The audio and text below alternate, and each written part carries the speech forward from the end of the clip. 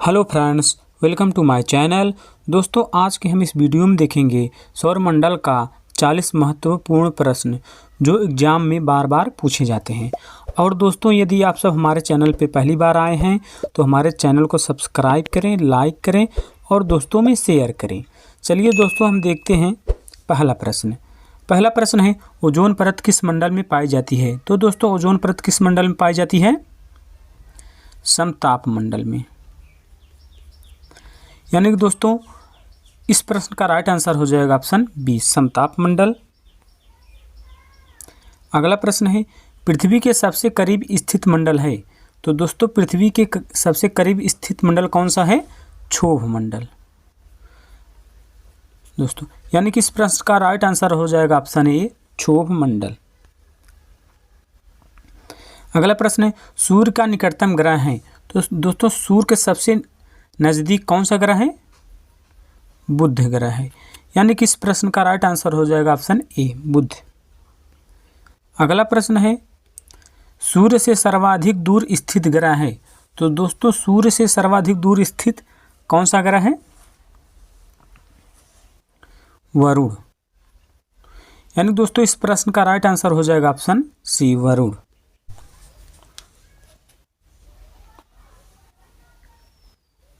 अगला प्रश्न है दोस्तों, सौर मंडल में कौन सा अत्यधिक तीव्र चमकीला ग्रह है? तो कौन सा है दोस्तों? शुक्र। यानी कि इस प्रश्न का राइट आंसर हो जाएगा ऑप्शन ए, शुक्र। अगला प्रश्न है, रात्रि के समय आकाश में कौन सा ग्रह लाल दिखता है? तो दोस्तों, कौन सा दिखता है? मंगल। यानी कि इस प्रश्न का राइट आंसर हो जाएगा ऑप्शन ए, मंगल। अगला प्रश्न है, पृथ्वी पर सर्वाधिक मात्रा में पाए जाने वाला है? यानी कि दोस्तों, इसमें से कौन सा सबसे अधिक मात्रा में पृथ्वी पर पाया जाएगा? तो क्या पाया जाएगा दोस्तों? ऑक्सीजन। यानी कि इस प्रश्न का राइट आंसर हो जाएगा ऑप्शन सी, ऑक्सीजन। अगला प्रश्न है, सबसे अधिक उपग्रह वाला ग्रह है? तो दोस्तों, इसमें सबसे अधिक उपग्रह किस ग्रह में पाया जाता है? बृहस्पति में। यानी कि इस प्रश्न का राइट आंसर हो जाएगा ऑप्शन डी, बृहस्पति। अगला प्रश्न है, हमारा सौर मंडल कौन सी आकाशगंगा में स्थित है? तो कौन सी आकाशगंगा में स्थित है दोस्तों? मंदाकिनी। यानी कि इस प्रश्न का राइट आंसर हो जाएगा ऑप्शन बी, मंदाकिनी। अगला प्रश्न है दोस्तों, भोर का तारा किसे कहा जाता है? तो दोस्तों, भोर का तारा किसे कहा जाता है? शुक्र ग्रह को। यानी कि इस प्रश्न का राइट आंसर हो जाएगा ऑप्शन सी, शुक्र ग्रह। अगला प्रश्न है, आकाश में सबसे चमकदार तारा है? तो दोस्तों, आकाश में सबसे चमकदार तारा कौन सा है? साइरस। यानी कि इस प्रश्न का राइट आंसर हो जाएगा ऑप्शन डी। अगला प्रश्न है, बृहस्पति का अध्ययन करने वाला उपग्रह है? तो दोस्तों, बृहस्पति का अध्ययन करने वाला करने वाला उपग्रह है? यानी दोस्तों, कौन सा है?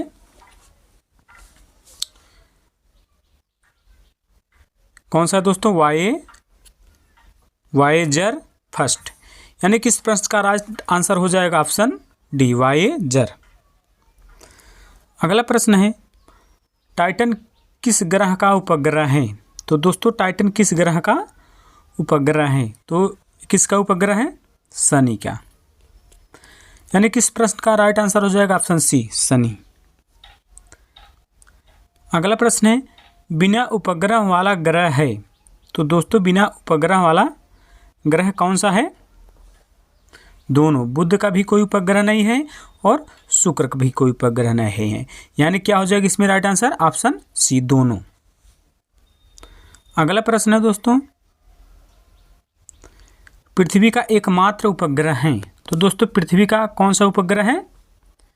चंद्रमा। यानी कि इस प्रश्न का राइट आंसर हो जाएगा ऑप्शन ए। अगला प्रश्न है दोस्तों, अंतरिक्ष में तारा मंडलों की कुल संख्या है? तो दोस्तों, कितनी कुल संख्या है? 89। यानी कि इस प्रश्न का राइट आंसर हो जाएगा ऑप्शन ए, 89। अगला प्रश्न है, सूर्य के सबसे निकट का तारा है? दोस्तों सूर्य के सबसे निकट का तारा कौन सा है? Proxima Centauri. यानी कि इस प्रश्न का राइट आंसर हो जाएगा ऑप्शन ए, प्रॉक्सिमा सेंचुरी। अगला प्रश्न है वायुमंडल में कार्बन डाइऑक्साइड की मात्रा होती है तो कितना होता है दोस्तों? 0.03%। यानी कि इस प्रश्न का राइट आंसर हो जाएगा ऑप्शन सी, 0.03%। अगला प्रश्न है वायुमंडल की सबसे ऊपरी परत है तो दोस्तों वायुमंडल की सबसे ऊपरी परत कौन सी होती है? बहिर्मंडल। यानी कि इस प्रश्न का राइट आंसर हो जाएगा ऑप्शन डी, बहिर्मंडल। अगला प्रश्न है चंद्रमा के प्रकाश को पृथ्वी पर आने में लगा समय। यानी कि दोस्तों चंद्रमा का प्रकाश पृथ्वी तक आने में कितना समय लेता है? कितना समय लेता है दोस्तों? 1.3 सेकेंड। यानी कि इस प्रश्न का राइट आंसर हो जाएगा ऑप्शन बी, 1.3 सेकेंड।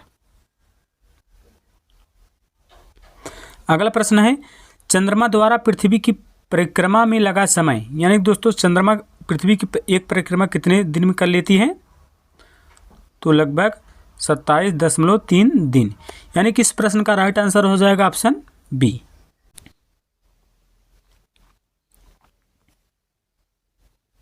अगला प्रश्न है मौसम घटना किस मंडल में घटती है? तो मौसम घटना किस मंडल में घटती है दोस्तों? क्षोभ मंडल में घटती है। यानी कि इस प्रश्न का राइट आंसर हो जाएगा ऑप्शन ए। अगला प्रश्न है वायु है, वायु क्या है दोस्तों? गैसों का मिश्रण। यानी वायु क्या है हमारा? गैसों का मिश्रण। यानी कि इस प्रश्न का राइट आंसर हो जाएगा ऑप्शन सी। अगला प्रश्न है ब्रह्मांड में सर्वाधिक मात्रा में पाया जाने वाला तत्व है तो दोस्तों हमारे ब्रह्मांड में सबसे अधिक मात्रा में कौन सा तत्व पाया जाता है? हाइड्रोजन। यानी कि इस प्रश्न का राइट आंसर हो जाएगा ऑप्शन डी। अगला प्रश्न है परावैंगनी किरण से रक्षा करती है तो दोस्तों परावैंगनी किरण से हमारी कौन सी गैस रक्षा करती है? ओजोन। यानी कि इस प्रश्न का राइट आंसर हो जाएगा ऑप्शन सी। अगला प्रश्न है नीला ग्रह कहा जाता है। दोस्तों नीला ग्रह किसे कहा जाता है? पृथ्वी को। पृथ्वी को नीला ग्रह कहा जाता है। यानी कि इस प्रश्न का राइट आंसर हो जाएगा ऑप्शन ए। अगला प्रश्न है पृथ्वी की बहन या जुड़वा ग्रह किसे कहा जाता है? तो दोस्तों पृथ्वी की बहन या जुड़वा ग्रह किसे कहते हैं? शुक्र को। यानी कि इस प्रश्न का राइट आंसर हो जाएगा ऑप्शन ए। अगला प्रश्न है सौरमंडल का सबसे बड़ा तारा है तो दोस्तों मैं आशा करता हूं इस प्रश्न का सभी लोग आंसर जानते होंगे। सौरमंडल का तारा सबसे बड़ा कौन सा है दोस्तों? सूर्य।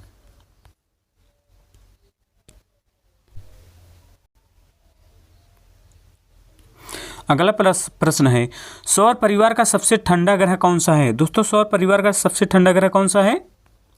नेपच्यून। यानी कि इस प्रश्न का राइट आंसर हो जाएगा ऑप्शन डी, नेपच्यून।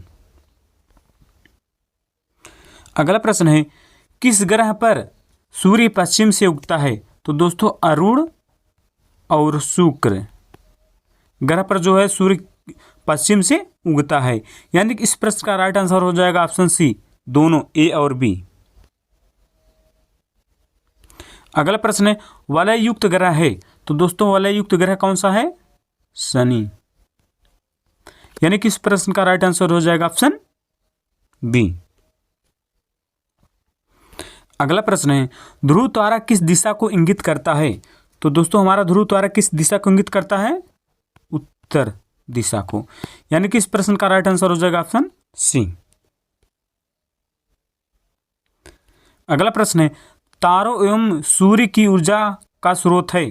तारों एवं सूर्य की ऊर्जा का स्रोत कौन सा है दोस्तों? इसमें से नाभिकीय संलयन। कौन सा है दोस्तों? नाभिकीय संलयन। यानी कि इस प्रश्न का राइट आंसर हो जाएगा ऑप्शन ए। अगला प्रश्न है नेपच्यून की खोज किसने की? तो दोस्तों नेपच्यून की खोज किसने की? गैले ने की। गैले ने की। यानी कि इस प्रश्न का राइट आंसर हो जाएगा ऑप्शन ए।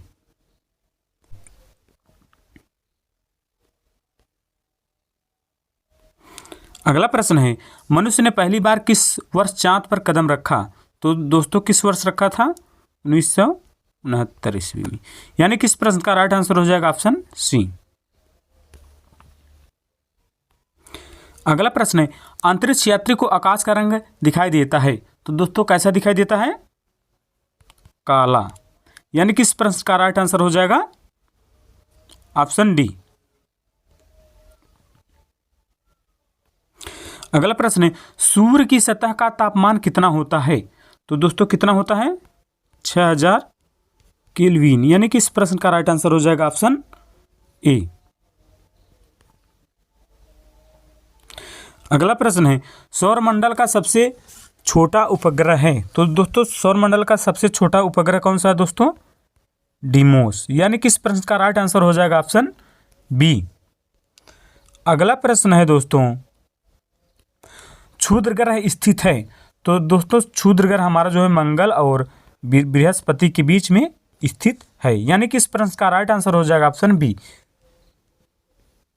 अगला प्रश्न है, पृथ्वी का अपने अक्ष पर घूर्णन, यानी दोस्तों पृथ्वी हमारी किस दिशा से घूमती है?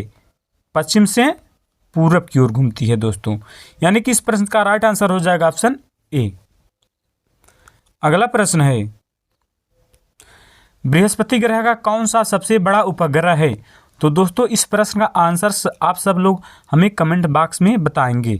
दोस्तों यदि हमारी वीडियो अच्छी लगी हो तो हमारे चैनल को सब्सक्राइब करें, लाइक करें और दोस्तों में शेयर करें।